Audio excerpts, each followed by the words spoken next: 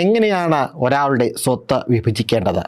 എങ്ങനെയാണ് അതിൻ്റെ അവകാശികളെ നിശ്ചയിക്കുന്നത്? ഇന്ത്യയിലെ സ്വത്ത് നിയമങ്ങളിലും മതാടിസ്ഥാനത്തിൽ 3 മതങ്ങൾക്കും 3 നിയമങ്ങളാണ് ഉള്ളത്. ആ മരിച്ച വ്യക്തിയുടെ ഭർത്താവിന് അല്ലെങ്കിൽ ഭാര്യയ്ക്ക് 3 അവകാശമാണ് ആകെ സ്വത്തിൽ ഉണ്ടായിരിക്കുക. മതമേതായാലും ജീവിച്ചിരിക്കുമ്പോൾ ഒരു വ്യക്തിക്ക് തൻ്റെ സ്വത്ത് ആർക്ക് വേണേലും എഴുതി കൊടുക്കുവാനായിട്ടുള്ള അവകാശമുണ്ട്.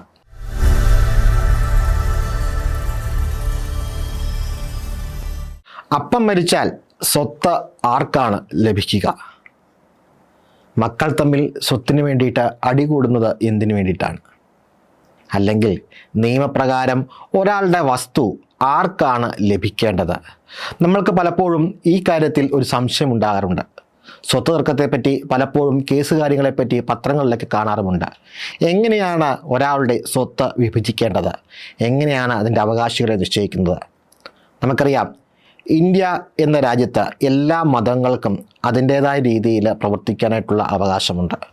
ഇന്ത്യയിലെ സ്വത്ത് നിയമങ്ങളിലും മതാടിസ്ഥാനത്തിൽ 3 മതങ്ങൾക്കും 3 നിയമങ്ങളാണ് ഉള്ളത്. ഹിന്ദുക്കൾക്ക് ഒരു നിയമം, ക്രിസ്ത്യൻസിന് ഒരു നിയമം, മുസ്ലിംസിന് ഒരു നിയമം. പിന്തുടർച്ച അവകാശിയെ നിർണ്ണയിക്കുന്നതിൽ ഈ 3 നിയമങ്ങളും അതിൻ്റേതായ പങ്ക് വഹിക്കുന്നുണ്ട്. ക്രിസ്ത്യൻ പിന്തുടർച്ച എങ്ങനെയാണ് എന്നാണ് ഇന്ന് നമ്മൾ നോക്കുക. ഒരു ക്രിസ്ത്യാനി മരിച്ചാൽ എങ്ങനെയാണ് സ്വത്ത് ഭാഗിക്കപ്പെടുക? അതിനു മുമ്പ് നാം അറിയേണ്ട ഒരു കാര്യമുണ്ട്. മതമേതായാലും ജീവിച്ചിരിക്കുമ്പോൾ ഒരു വ്യക്തിക്ക് തൻ്റെ സ്വത്ത് ആർക്ക് വേണേലും എഴുതി കൊടുക്കുവാനായിട്ടുള്ള അവകാശമുണ്ട്. ഒരു കരണമൂലം, അതായത് ഒരു ആധാരമൂലം, അത് വിൽപ്പത്രമാകാം, ധനനിശ്ചയമാകാം, തീറാധാരമാകാം, ദാനയാധാരമാകാം, ഏതു തരത്തിലുള്ള ആധാരപ്രകാരമാണെങ്കിലും തൻ്റെ ജീവിതകാലത്ത് ഒരാൾ തൻ്റെ ഉടമസ്ഥതയിലുള്ള തൻ്റെ അവകാശത്തിലുള്ള സ്വത്ത് മറ്റൊരാൾക്ക് എഴുതി കൊടുത്തില്ലെങ്കിൽ മാത്രമാണ് പിന്തുടർച്ച അവകാശത്തിന് അല്ലെങ്കിൽ പിന്തുടർച്ച നിയമത്തിന് സാധുതയുള്ളൂ. ജീവിച്ചിരിക്കുമ്പോൾ അപ്പനും അമ്മയ്ക്കുമൊക്കെ എഴുതി കൊടുക്കാൻ പറ്റുമെന്ന് സംശയമുള്ള പലരുമുണ്ട്. എഴുതി കൊടുക്കാം, അത് ആർക്ക് വേണേലും എഴുതി കൊടുക്കാം എന്നുള്ളതാണ് ഉത്തരം. ഇനി ഒരു ക്രിസ്ത്യാനി മരിച്ചാൽ എങ്ങനെയാണ് പിന്തുടർച്ചാവകാശ വഴിയായിട്ട് സ്വത്ത് പോവുക? അതായത് ജീവിച്ചിരിക്കുന്ന കാലത്ത് അദ്ദേഹം തൻ്റെ സ്വത്തിനെ പറ്റി യാതൊരുവിധമായിട്ടുള്ള കാരണങ്ങളും ജനിപ്പിച്ചിട്ടില്ല എങ്കിൽ ഒരാൾ മരിക്കുമ്പോൾ അയാളുടെ സ്വത്ത് പോകുന്നത് എങ്ങനെയാണ് എന്നാണ് നമ്മൾ പരിശോധിക്കുന്നത്. അത് സ്ത്രീയാകട്ടെ പുരുഷനാകട്ടെ, ഒരു ക്രിസ്ത്യാനി മരിച്ചു കഴിഞ്ഞാൽ ഇന്ത്യൻ സക്സഷൻ ആക്റ്റാണ്, ഇന്ത്യൻ പിന്തുടർച്ചാവകാശമാണ് അവർക്ക് ബാധകമായി വരിക.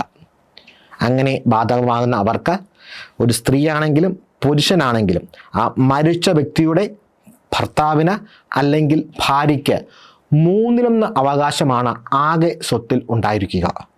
മക്കളുടെ എണ്ണം എത്രയാണെങ്കിലും ശരി, ഭാര്യയ്ക്കോ ഭർത്താവിനോ, മരിച്ചയാളുടെ ഭാര്യയ്ക്ക് അല്ലെങ്കിൽ ഭർത്താവിന് ആ മരിച്ചയാളുടെ 3 സ്വത്തിൽ അവകാശമുണ്ട്.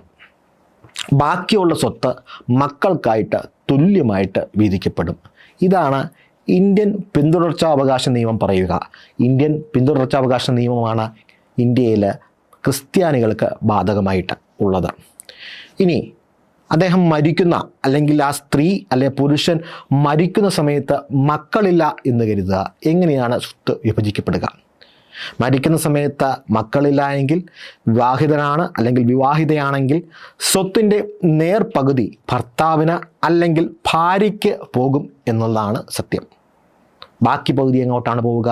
ബാക്കി പകുതി മരിച്ചയാളുടെ പിതാവിനാണ് പോവുക.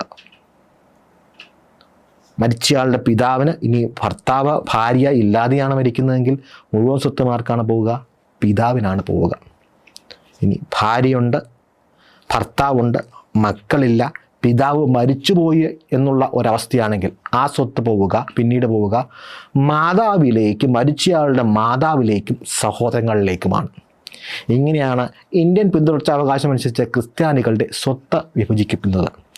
ഓർക്കുക, ജീവിച്ചിരിക്കുന്ന ഒരു വ്യക്തിയുടെ സ്വത്തിന് വേണ്ടി അടികൂടുവാനായിട്ട് നമ്മൾക്ക് അവകാശമില്ല. ജീവിച്ചിരിക്കുന്ന ഒരു വ്യക്തിക്ക് അവരുടെ വ്യക്തി സ്വാതന്ത്ര്യത്തിൻ്റെ, നിയമപരമായിട്ടുള്ള സ്വാതന്ത്ര്യത്തിൻ്റെ ഭാഗമാണ് തൻ്റെ സ്വത്ത് ആർക്ക് എഴുതി കൊടുക്കണം എന്ന് തീരുമാനിക്കേണ്ടത്. അത് മക്കൾക്കാകാം, ഭാര്യയ്ക്കാകാം, ഭർത്താവിനാകാം, ഇതിലൊന്നും പെടാത്ത ആർക്ക് വേണമെങ്കിലും ആകാം, തന്നെ നോക്കുന്ന ഒരാൾക്ക് വേണ്ടിയിട്ടാകാം. അതിലൊന്നും എതിർപ്പുകൾ പറയുവാനായിട്ട്, നിയമപരമായിട്ടുള്ള തടസ്സങ്ങൾ ഉന്നയിക്കുവാനായിട്ട് മക്കൾക്ക് കഴിയുന്നില്ല എന്നുള്ളതാണ് യാഥാർത്ഥ്യം. മരിച്ചു കഴിയുമ്പോൾ തൻ്റെ സ്വത്തിനെപ്പറ്റി ഒരു കുറണം ജനിപ്പിച്ചില്ലെങ്കിൽ മാത്രമാണ് പിന്തുടർച്ച അവകാശ നിയമം ബാധകമാവുക എന്ന് തിരിച്ചറിയുക.